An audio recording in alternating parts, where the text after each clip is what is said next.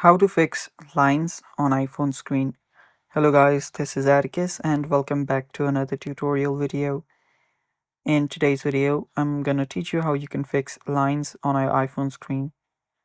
Now before we begin, if you're new to our channel, head down below and hit the subscribe button so you don't miss out on our future videos. Also, press the bell icon so you get notified when we release our new videos. Now let's dive right into it.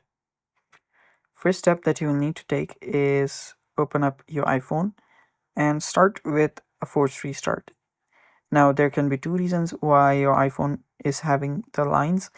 So the first is your software related issue. The second is a hardware related issue. So first you will need to simply do a forced restart.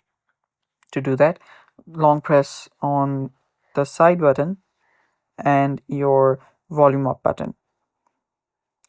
My bad, long press on the volume up button and quickly release it. Press on the volume down button and then quickly release it, and then long press on your side button. And after you press on the button, wait until the Apple logo appears. After it appears, you can just release the button and then your iPhone will force restart. After that, this should address to the software glitches. What you can also do is go to your settings, scroll down till general, tap on general, and then go to software update.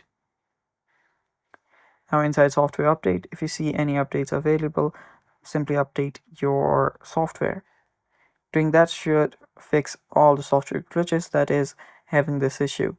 The next is you can simply clean out the screen and remove debris. Check for your screen protector issues as well. You can remove your screen protector if you like. Also, if the line persists, there can be the problem of hardware damage. So in case of potential hardware damage, you should simply back up your data and contact Apple support for professional repair. And yeah, that's basically it, and that's it for today's video. Thanks for watching. Stay tuned for more, and bye bye.